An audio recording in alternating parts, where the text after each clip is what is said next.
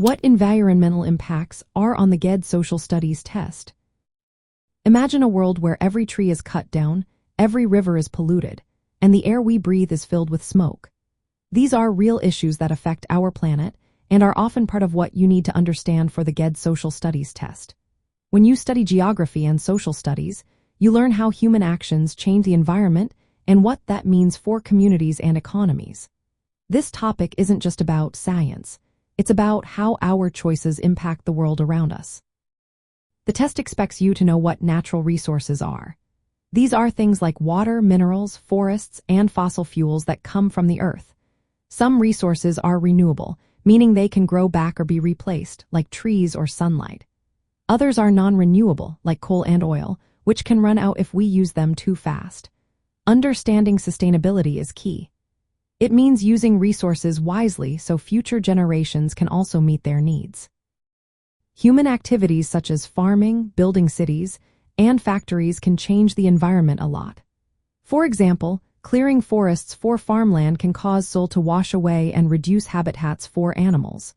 Pollution from factories can make the air and water unsafe for people and wildlife. These changes can lead to health problems, loss of biodiversity, and even climate change. On the test, you might see questions about how these activities cause environmental problems and how they affect communities. You will also need to understand pollution and climate change. Pollution includes dirty air, contaminated water, and soil that's been harmed by chemicals. Climate change is mainly caused by burning fossil fuels like coal and gasoline, which releases greenhouse gases. These gases trap heat in the atmosphere, making the planet warmer. This can lead to more storms, rising sea levels, and droughts. The test might ask you to connect human actions, like driving cars or using electricity, to these environmental issues. Cause and effect questions are common. For example, cutting down trees can lead to soil erosion, which then affects nearby rivers and communities.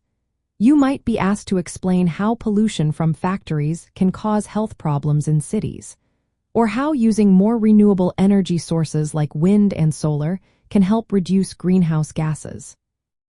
Policies and solutions are also part of the test. You could be asked about laws that limit pollution or programs that encourage recycling and renewable energy. For example, some cities have rules to reduce vehicle emissions or promote bike riding. These policies aim to protect the environment while supporting economic growth. Maps, charts, and graphs are common tools in social studies questions. You might see a graph showing rising carbon dioxide levels over time and be asked which human activity is most responsible, or a map showing areas affected by pollution and climate change. You'll need to interpret this data to answer questions accurately. Understanding environmental impact helps you see how geography connects to history and economics.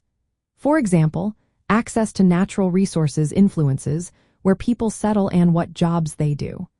Environmental problems like pollution can cause health issues and force people to move away. These connections often appear on the GED test, so being able to explain them clearly is important. In short, the test wants you to understand how human actions change the environment and what that means for society. You should be ready to analyze data, explain cause and effect relationships, and think about ways to solve environmental problems. This knowledge not only helps you pass the test but also makes you a more informed citizen.